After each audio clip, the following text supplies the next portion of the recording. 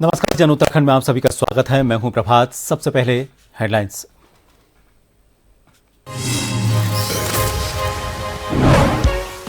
मुख्यमंत्री भारत मंडपम में राष्ट्रीय राजमार्ग परियोजना की समीक्षा बैठक। मीटिंग में सीएम धामी रहे मौजूद। उत्तराखंड में सड़क अवसंरचना को मिली नई गति।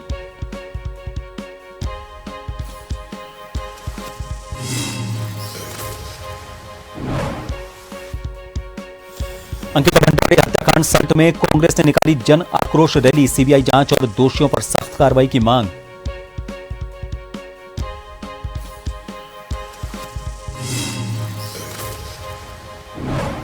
कुंभ क्षेत्र को पवित्र सनातन नगरी घोषित करने की तैयारी। हर की पैड़ी सहित 105 गंगा घाटों पर लागू होंगे नए नियम।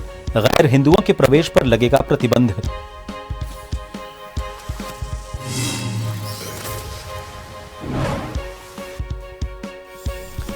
रामनगर में पकड़ा गया युवक पर हमला करने वाला बाघ। वन विभाग ने 3 घंटे में किया कैद। बिहार के युवक को खींचकर ले गया था जंगल में।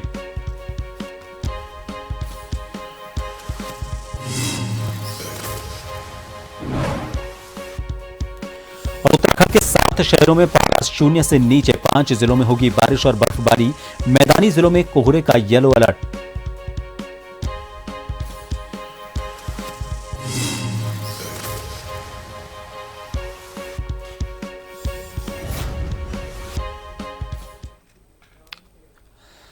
मुख्यमंत्री पुष्कर सिंह धामी ने नई दिल्ली स्थित भारत मंडपम में केंद्रीय सड़क परिवहन एवं राजमार्ग मंत्री नितिन गडकरी की अध्यक्षता में राष्ट्रीय राजमार्ग परियोजनाओं की समीक्षा बैठक में हिस्सा लिया। मुख्यमंत्री पुष्कर सिंह धामी ने बैठक में ऋषिकेश बाईपास, अल्मोड़ा दनिया पनार घाट मार्ग, जोलीकोट खैरना गैरसैंण कर्णप्रयाग मार्ग और अल्मोड़ा बागेश्वर कांडा उड़ियारी बैंड मार्ग के निर्माण से संबंधित प्रस्तावों के साथ ही राष्ट्रीय राजमार्ग से संबंधित राज्य के कई महत्वपूर्ण मामलों को प्रमुखता से उठाते हुए राज्य के प्रस्तावों को स्वीकृति दिए जाने का अनुरोध किया। बैठक में राज्य की प्रस्तावित सड़क परियोजनाओं पर हुई चर्चा में बताया गया कि ऋषिकेश बाईपास परियोजना राष्ट्रीय राजमार्ग संख्या 7 के अंतर्गत 3 पानी से योग नगरी होते हुए खारा स्रोत तक 12 किलोमीटर 670 मीटर लंबाई में 4 लेन बाईपास का निर्माण प्रस्तावित है, जिसकी अनुमानित लागत 1161 करोड़ 27 लाख रुपए है।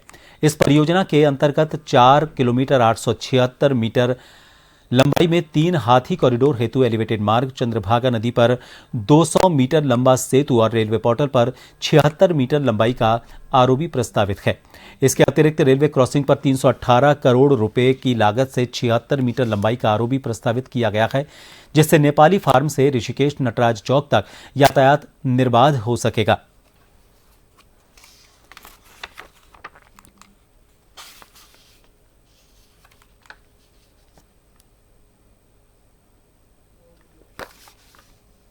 आज माननीय नितिन गडकरी, माननीय मंत्री भारत सरकार राष्ट्रीय राजमार्ग एवं परिवहन मंत्रालय, उनकी अध्यक्षता में आज उत्तराखंड की सभी सड़कों को लेकर और सभी कार्य जो टनलों के हैं, सभी परियोजनाएं जो चारधाम ऑल वेदर रोडें हैं, अन्य परियोजनाएं हैं, उन सभी को लेकर आज विस्तृत रूप से आज उन पर समीक्षा की गई और उन सभी कार्यों को, जो कार्य अभी चल रहे हैं, उनको जल्दी से जल्दी पूरा करने के लिए सभी विभागों को निर्देशित किया है। वन विभाग की जो एनओसी नहीं हुई है, जिन पर वन विभाग की रोक है, उनको वन विभाग तत्काल करे। राष्ट्रीय राजमार्गों के काम के लिए ड्रेजिंग आदि करने के लिए भी माननीय न्यायालय के स्तर पर या अन्य स्तरों पर जो काम रुके हैं, उनको तत्काल कराने के लिए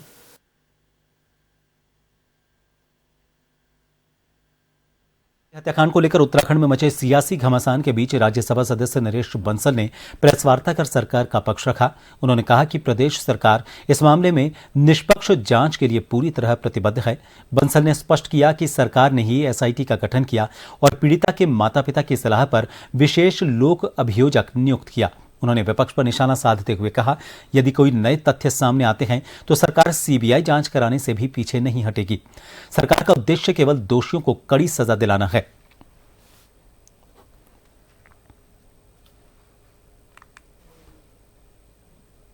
पहले मैं स्पष्ट कर दूं कि सरकार किसी भी प्रकार की जांच से न डरती है न बचती है। सरकार ने ही एसआईटी गठित की, बेटी अंकिता को न्याय देने के लिए पूरा प्रयास किया। यहां तक कि जो पब्लिक प्रोसिक्यूटर नियुक्त किया वो भी अंकिता के माता पिता की सहमति से नियुक्त किया। अगर सरकार किसी को बचाना चाहती तो इसका कोई प्रावधान नहीं है कि किसी की सहमति से नियुक्त किया जाए। सरकार अपना किसी को भी प्रोसिक्यूटर बना सकती थी। बल्कि मैं तो आपके माध्यम से ये जो आज सीबीआई जांच की मांग कर रहे हैं, हमारे मंत्री सुबोध उनियाल जी ने भी प्रेस करके कहा ही था कि कोई भी तथ्य लाएं। यहां तक कि जिस ऑडियो को लेकर कर रहे हैं, पुलिस भी उस पर प्रयास कर रही है। जिस दिन भी वो अरेस्ट होंगे उनसे पूछताछ होगी, कोई तथ्य निकलेगा और सीबीआई की आवश्यकता होगी तो सरकार पीछे नहीं हटेगी। लेकिन तथ्य तो आए, बिना तथ्य के किस आधार पर सीबीआई की जांच मांग की जाए? जो केस खत्म हो चुका, जो केस कोर्ट ने अंजाम तक पहुंचा दिया, जिस केस में कोर्ट ने अपराधियों को उम्र कैद की सजा दे दी, क्या उस प्रकरण को पुनः बिना किसी तथ्य के खोला जाए? देहरादून में अंकिता प्रकरण को लेकर सियासी पारा चढ़ गया है। कैबिनेट मंत्री गणेश जोशी ने विपक्ष के आरोपों पर पलटवार करते हुए कहा कि सरकार इस संवेदनशील मामले में पूरी ईमानदारी से काम कर रही है। उन्होंने स्पष्ट किया कि एसआईटी जांच में दोषियों के खिलाफ कड़ी कार्रवाई हुई है और यदि ठोस सबूत मिलते हैं तो सरकार सीबीआई जांच से भी पीछे नहीं हटेगी। जोशी ने आरोप लगाया कि विपक्ष इस दुखद घटना पर केवल राजनीतिक रोटियां सेकने की कोशिश कर रहा है, जबकि सरकार बेटी को न्याय दिलाने के लिए प्रतिबद्ध है।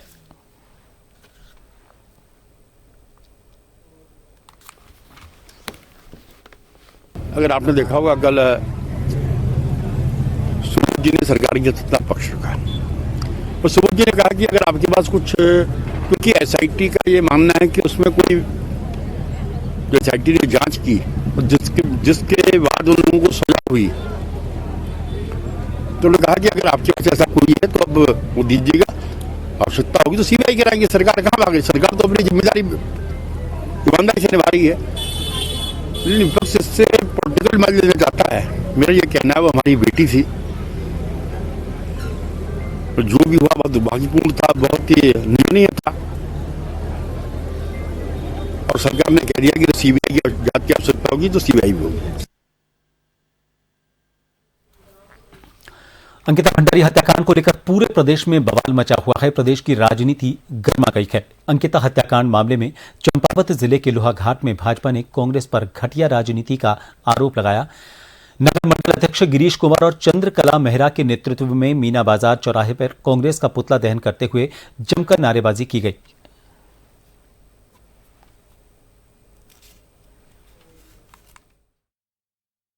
सबसे पहले मैं तो ये कहूँगी कि अंकिता भंडारी जो है हमारी उत्तराखंड की नहीं, हमारी भी बेटी है। जो ये पक्ष विपक्ष जो वार्तालाप चल रहा है ये बंद करें।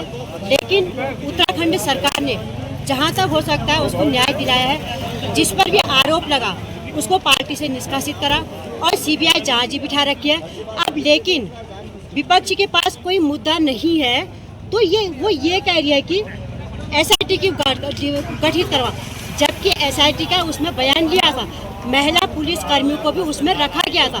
लेकिन अंकिता के लिए जो भी जिनके साथ जो ऐसा मतलब आरोप लगाया था उनको कारावास आजीवन वो उनको सजा सुनाई गई है। सर्वविधि जैसी कांग्रेस ने आज तक झूठ की राजनीति की है। 50 सालों से झूठ के बलबूते उन्हें राज किया है। आज इस प्रदेश की हमारी भारतीय जनता पार्टी की लोकप्रिय सरकार की को वह डाइजेस्ट नहीं कर पा रही है। इसकी वजह से उन्होंने झूठ का पुलंदा बनाकर और ये एक अंकिता हत्याकांड का मोहरा बनाया गया है। जबकि इस समय 3 आरोपियों को जेल में है और मामला कोर्ट न्यायालय में विचाराधीन है और जैसा न्यायालय का निर्णय आएगा वो सभी को मान्य होगा। और ये जबरदस्ती एक दूसरे पर आक्षेप लगा के मुद्दों को जबरदस्ती उछाला गया है और मृत आत्मा को जो है परेशान किया जा रहा है। और ये जिंदे को तो परेशान करते करते हैं और कांग्रेस का एक नियम है कि जो मर गया भी उसको भी दिनों दिन मतलब इस आंदोलन के मुहिम से उसको परेशान किया जा रहा है। माननीय पुष्कर सिंह धामी जी की सरकार, भारतीय जनता पार्टी की सरकार को जो उन पे गलत आरोप किए जा रहे हैं, इससे भारतीय जनता पार्टी का पूरा परिवार कांग्रेस पार्टी की घोर निंदा करता है। और अंकिता भंडारी अगर कांग्रेस इस प्रकार के कोई साक्ष्य यहाँ पे पेश करे तो निश्चित रूप से हम अंकिता भंडारी जी को न्याय के उनके पक्ष में पहले भी थे। अगर ऐसे कोई आरोपी या कोई इस प्रकार का कोई सबूत मिलता है तो निश्चित सीबीआई जांच अगर चाहते हैं तो उसके पक्ष में भी हमें कोई ऐसा नहीं कि मतलब हम अपराधी को बचाने का प्रयास करें। उत्तराखंड की राजनीति में एक बार फिर भ्रष्टाचार का मुद्दा गर्मा गया है। चकराता से कांग्रेस विधायक प्रीतम सिंह ने राज्य सरकार पर गंभीर आरोप लगाते हुए कहा कि मौजूदा सरकार जनता के प्रति समर्पण का दावा तो करती है, लेकिन जमीनी हकीकत इससे बिल्कुल अलग है।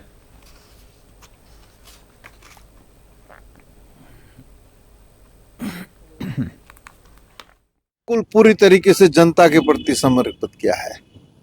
अरे सर से पांव तक जो सरकार भ्रष्टाचार में डूबी हुई हो, वो अगर ये दावा करे कि हम जनता के प्रति समर्पित रहे तो हास्यास्पद तो है ही। सिंगल विंडो सिस्टम है, नका सिंगल विंडो में होगा जो भी होगा। एक हाथ लाओ और बटोरो पैसा। बताओ ना आप, भ्रष्टाचार क्या उत्तराखंड के लोग महसूस नहीं कर रहे हैं? आम आदमी भ्रष्टाचार महसूस कर रहा है। आम आदमी देख रहा है कि भ्रष्टाचार हो रहा है। अब कहते हैं कि साहब हमने ये नंबर दे दिया, इस नंबर पे आप भ्रष्टाचार की शिकायत करिए, हम पकड़े कौन लोग जा रहे हैं? तो छोटी छोटी मछलियां हैं, मगरमच्छ में तो ये सरकार हाथ ही नहीं डाल रही है, और उन मगरमच्छरों में सरकार भी सम्मिलित है। उनके लिए कौन सा नंबर है ये बताए मुख्यमंत्री। चंपावत जिले की लोहा घाट पिथौरागढ़ ऑल वेदर सड़क में बंतोली के पास लंबे समय से टूटा एनएच बड़ी दुर्घटनाओं को दावत दे रहा है।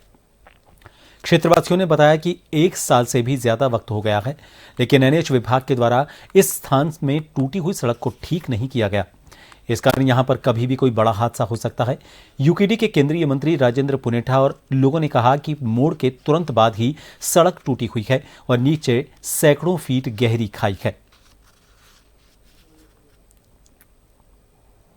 आज लोहाघाट से पिथौरागढ़ और ज़्यादातर हम देख रहे हैं लोहाघाट से घाट तक एक पहले बागधारा में जो एक्सीडेंट हुआ था, यह रोड के एकदम क्षतिग्रस्त होने के कारण हुआ था। और बंतोली पे जो क्षतिग्रस्त हो रखी है रोड, वो एक बहुत बड़ा हादसे का कारण बन सकती है। मैं चाहता हूं कि आप इसे ऑल वेदर रोड कहते हैं, लेकिन नेशनल हाईवे होने के कारण तब भी आप इस पर गौर नहीं कर रहे हैं। पता नहीं क्या विचार से आप लोग लगे हुए हैं। हम चाहते हैं कि नेशनल हाईवे तो कम से कम ऐसा हो कि लोग सुरक्षित यात्रा कर सकें। इसमें मैं यही कहूँगा, ये प्रशासन की इसे लापरवाही कहूँगा, क्योंकि नेशनल हाईवे जो हमारे तिब्बत सीमा से जोड़ता है, जिससे हमें बनाने का पहला लाभ यही था कि हमारी आर्मी को जो इसका लाभ मिलेगा, वह लाभ पता नहीं कैसे देंगे। यदि कल कोई बड़ा कार्यक्रम, यदि कोई बड़ी कोई कैंपेनिंग होती है आर्मी की, तो ये रोड इतनी क्षतिग्रस्त है कि ऑल वेदर को मैं इसे ऑल वेदर नहीं कह सकता। एवं खेल विभाग द्वारा विधानसभा स्तरीय खेल महाकुंभ के तहत विधायक चैंपियनशिप ट्रॉफी लालकुआ का आज राजकीय इंटर कॉलेज लालकुआ में क्षेत्रीय विधायक डॉक्टर मोहन सिंह बिष्ट ने उद्घाटन किया। खेल प्रतियोगिता में विधानसभा स्तर की 3 टीमों के 29 खिलाड़ी हिस्सा लेंगे। इस दौरान विधायक ने खिलाड़ियों से परिचय प्राप्त कर खो खो खेल प्रतियोगिता का शुभारंभ किया।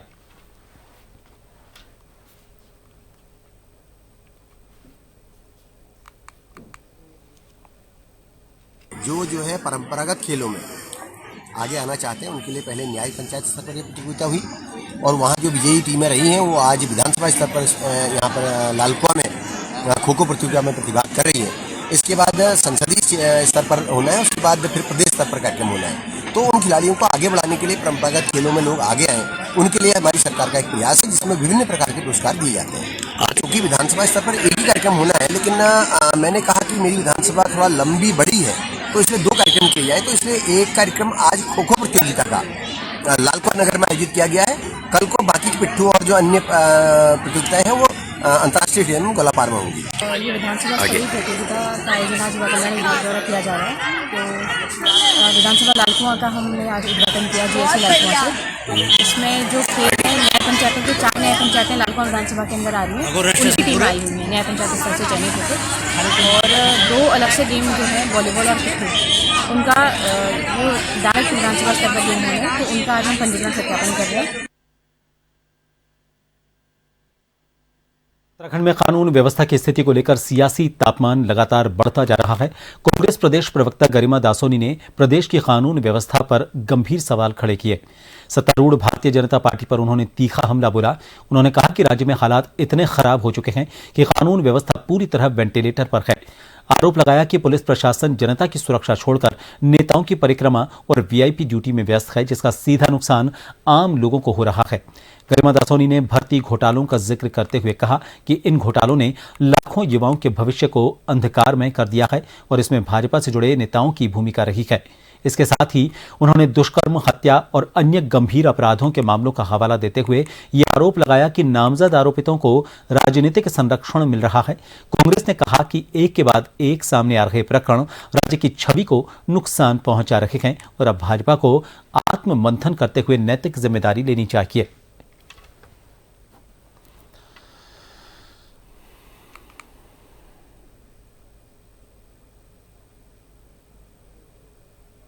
हम लगातार एक बात कह रहे थे कि आज कानून व्यवस्था पटरी से नहीं उतरी है, उत्तराखंड में पूरी तरह से वेंटिलेटर पे चली गई है। पुलिस प्रशासन को नेताओं की परिक्रमा और वीआईपी ड्यूटी करने से फुर्सत नहीं है। उसी का खामियाजा आज उत्तराखंड की जनता भुगत रही है। आज उत्तराखंड में जितने अपराध हो रहे हैं, 90% अपराध जो है उनमें संलिप्तता भारतीय जनता पार्टी यानी कि सत्तारूढ़ दल के नेताओं और कार्यकर्ताओं की है। हम शुरुआत करते हैं भर्ती घोटालों से। जो लाखों लाख युवा बेरोजगार हैं, उनके भविष्य को अंधकारमय करने वाले जो भर्ती घोटाले हैं, वो हाकम सिंह, नितिन चौहान और संजय धारीवाल ने अंजाम दिया। वो मास्टरमाइंड थे उसके, वो भाजपा के नेता हैं। उसके बाद दुष्कर्मी और बलात्कारियों की बात करें तो 1 दर्जन से ज्यादा अभी तक बाहर निकल आए। कोई मंडल अध्यक्ष है, तो कोई दुग्ध संघ अध्यक्ष है, तो कोई जिला अध्यक्ष है पूर्व का महिला मोर्चे का, तो कोई ओबीसी प्रकोष्ठ का सदस्य है, तो कोई पार्षद शिव कुमार गंगवार है। ये तमाम लोग महिला दुष्कर्म में नामजद हैं। और अब देखिए आप, हत्याएं भी करने लगे भाजपा के लोग। तो इस प्रदेश को आखिर किस राह पर ले जाना चाहते हो? ये अमित कुमार चिंटू, जिसने मारा 22 साल के नितिन को, एक मां की गोद सूनी कर दी, एक परिवार का चिराग बुझा दिया, वो अमित कुमार वो आदमी है जिसके लिए पूर्व अध्यक्ष भाजपा के बंशीधर भगत कुछ रोज पहले कोतवाली में धरने पर बैठ गए थे। कृषि मंत्री गणेश जोशी ने विधानसभा स्थित कार्यालय कक्ष में अमृत कार्यक्रम के तहत मसूरी क्षेत्र में चल रही पेयजल योजनाओं के संबंध में समीक्षा बैठक की। मंत्री ने कहा कि मसूरी देश का प्रमुख पर्यटक स्थल है, जिसमें लाखों पर्यटक प्रतिवर्ष यहां पर्यटन के लिए आवागमन करते हैं। साथ ही मसूरी की आबादी में भी निरंतर वृद्धि हो रही है। इससे मसूरी क्षेत्र के लिए पेयजल संबंधी सुविधाओं का होना नितांत आवश्यक हो जाता है। उन्होंने कहा कि हाल ही में लगभग 144 करोड़ रुपए की पेयजल योजना बनाई गई, जिसके द्वारा 7 MLD पानी को पहुंचाया जा रहा है, जबकि इस क्षेत्र में पहले से ही 7 MLD पानी की आपूर्ति की जा रही है।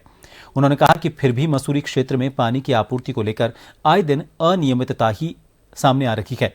इसके संबंध में जल निगम और जल संस्थान के अधिकारियों के साथ समीक्षा बैठक की गई।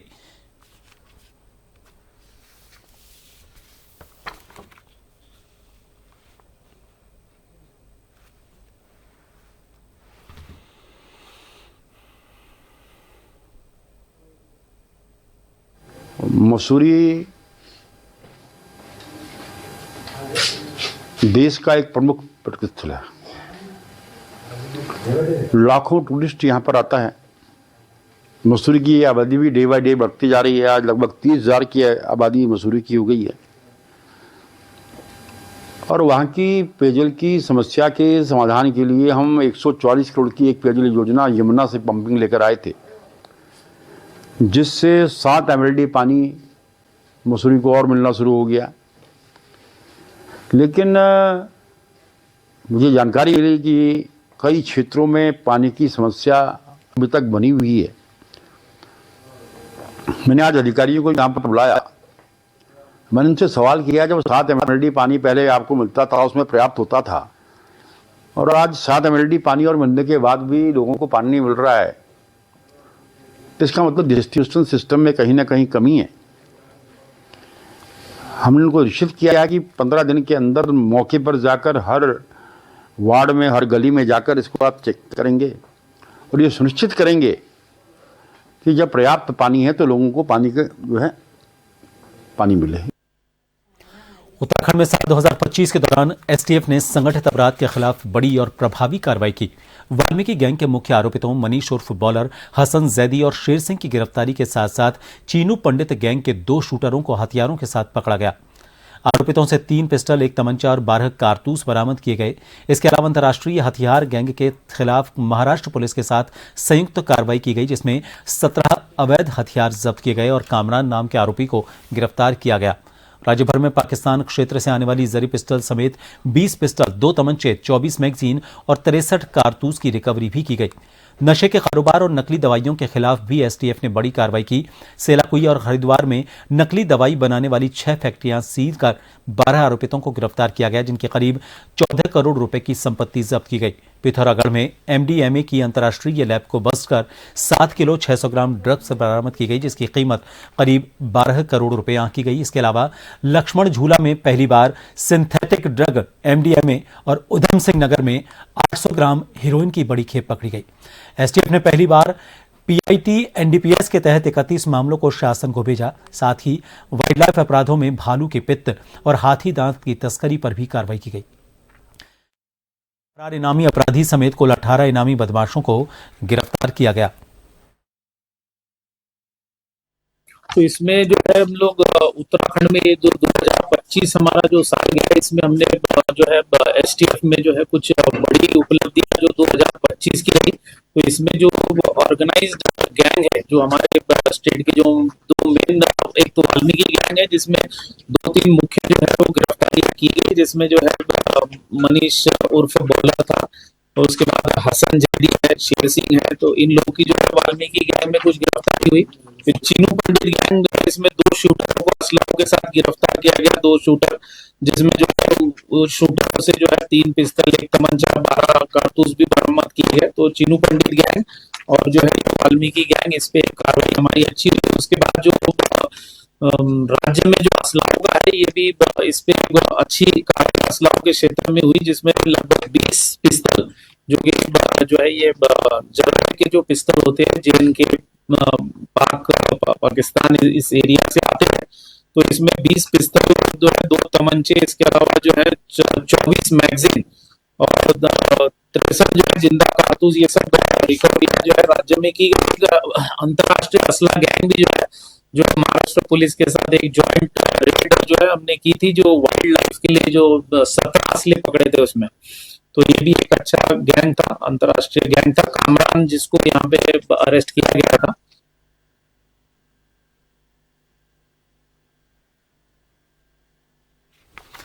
इन सभी खबरों के साथ फिलहाल के लिए इस बुलेटिन में इतना ही। नमस्कार।